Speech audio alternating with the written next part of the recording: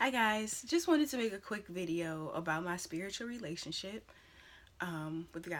My purpose behind this is because I don't know if you guys struggle with this, but a lot of times I have this black and white thinking of once I make a decision or I work at something, it clicks. And, if you've been on a journey for a while, you know that that's not how anything works. It's for sure a process.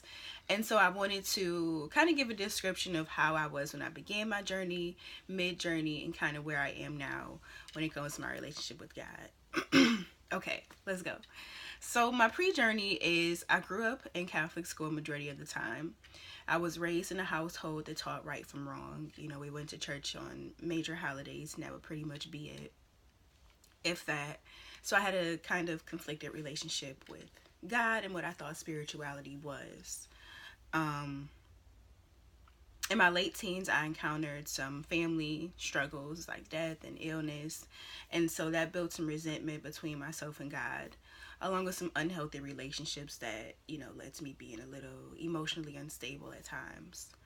Um, so, yeah, when I was 20, see junior year, spring of junior year, I was looking into losing weight as well as becoming a better me.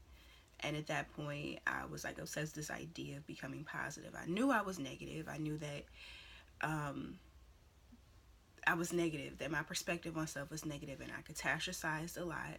I didn't identify it at that point, but literally, a bad thing could happen, and that bad thing could lead to a whole bad day or a bad week. I seldomly felt happy and good about things. So that was what the beginning of my spiritual journey was focusing on the laws of attraction, trying to visualize the reality I wanted, which is the weight loss and being this positive, light individual, light energy individual. And mid journey, I kind of got away from that. At some point, I believe mid 2015, I began to study the Bible a lot more.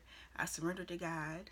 And at that point, I would talk to him a lot. I did. I prayed a lot. I cried a lot to him, everything. And my mentality was I'm going to ask God for what I need. So, Lord, please help me lose this weight, or Jesus, please sit with me, please hold me in this moment, because I would be alone, and very lonely. And I wanted the comfort of companionship, but I didn't really trust people, and I isolated a lot. And, just asking for like things at work or complaining about things. But at that point, I kind of had this holier than thou mentality. So I couldn't cuss, I couldn't engage in intercourse, I couldn't do so much. I couldn't be my age. I couldn't be a 22, 23-year old. Later on down the line, I got to this point of, and I don't know what helped me with this, but I would talk to God about anything. I would talk to him about the negative thoughts I was having. I would talk to him about my anger and my fear and my binging. And I would cry a lot. Um, and I don't know how, but I never thought that you could be present. You could express your darkness to God. I felt like you had to have it all together and be, the perfect child in order for him to care and be there for you. And that began to help me understand that you can be loved through your flaws, I believe. And at this point, I definitely don't sit with him as much as I used to. And I want to get that back. But I understand that, life has its ebbs and flows. There will be times where you can sit and commune with God on a regular basis. And then there will be times where you have to go out and do it and trust that he's a part of it. Um, I have this trust at this point that I never had, which is I will end up where I'm supposed to be. I know I'm supposed to serve him. I'm supposed to help people. I don't know how I would get there. The how isn't my concern. The getting through the day to day to make it there is. Um, and so, although I have my moments quite often to worry, it's new for me to surrender in that way, to understand that, my intentions are pure and genuine. I know that I want to be used by him. And so that's it. Like, that's all I had to do. And so he's going to guide me and create the spaces that I belong in and lead me to them. So yeah, it's definitely a process. But it's amazing.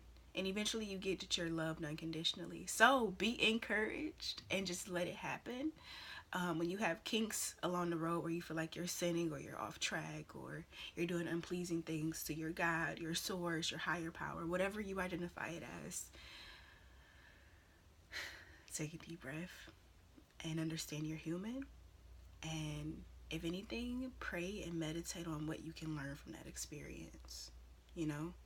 Because I've seen so much in myself and my sisters in Christ that, you know, when we're in that holier than thou stage, we feel like we can't make fleshly mistakes.